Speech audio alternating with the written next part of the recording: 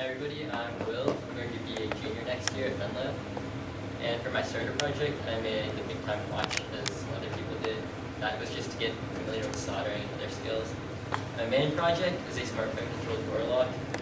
And right now, I'm using a mode that will unlock it and then relock it again after 30 seconds, so that'll relock, just ignore it.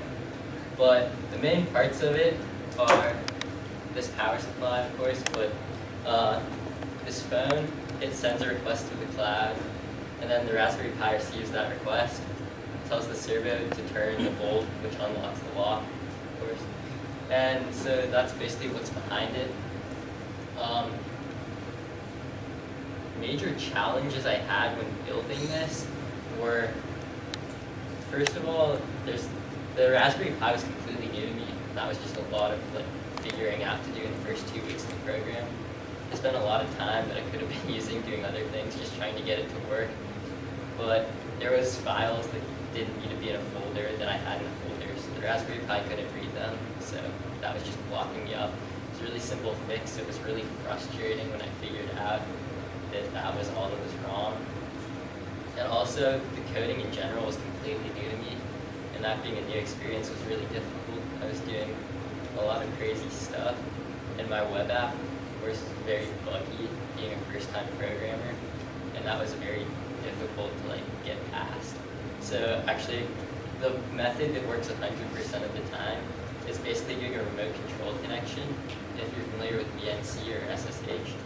But I can do that from anywhere using a service called Weave, which provides basically provides cloud connectivity from the device to a Raspberry Pi. They have a special Raspberry Pi kit that makes it really smooth. And then modifications I would consider doing is I would like to add, or I'd like to make my web app really consistently working, really good. And then also I'd like to add a geofence on that so that you can't open it if you're really far away. Or make it so that you can only open it within 25 miles or something, just to add a bit more security that's not there right now. Because I don't actually think this is a very secure method. It would be pretty easy to hack it. And overall, the program was great. I had a big issue in that the website that was in the project book didn't have a very detailed documentation. So I kind of just went off on my own and tried to figure this out completely by myself. I wasn't really going off anything, which made it a bit more difficult than it could have been. So that was really difficult. But overall, the project gave me respect for comp sci that I didn't really have before. Because now I know what all you can do with it, and I find it really interesting. And that is all. Thank you.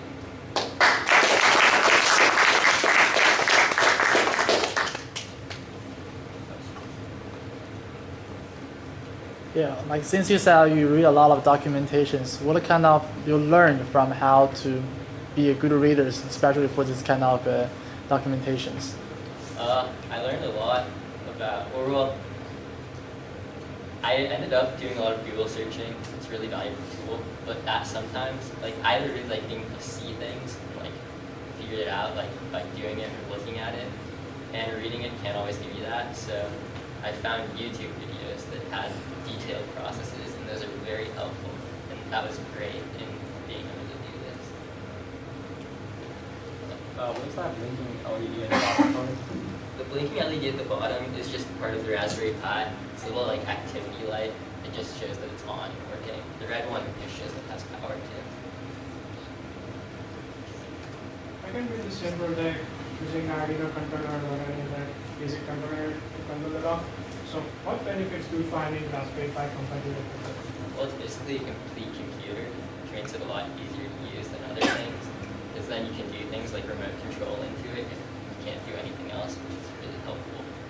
That's what I think is great about it. So I can use XPs to control remotely the Arduino controller. So you know the difference of the wireless range for Raspberry Pi and XPs used by Arduino controllers? Well, using the phone, I can do it from anywhere over LTE because of the apps I have. So that makes it really easy and better.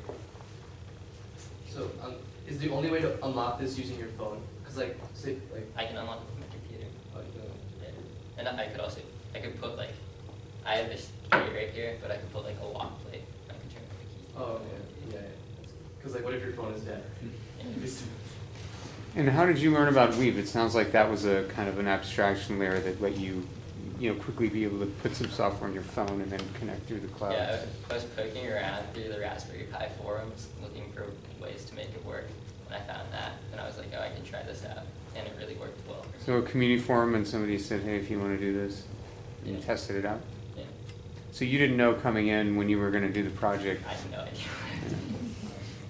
And did you pick the Raspberry Pi specifically over the Arduino then? No, the website that was on the project book said Ah. you could use either an electric IMP, which is like a little chip, or a Raspberry Pi, and Amar recommended the Raspberry Pi because he thought it would be easier for a novice programmer. Did you use any Python scripting? Python script or Yeah. nothing to worry about this? I used some. How did you like it? It was pretty good. It worked well. Is it user friendly? Did you find it? I mean, I thought it was pretty easy to pick up a bit.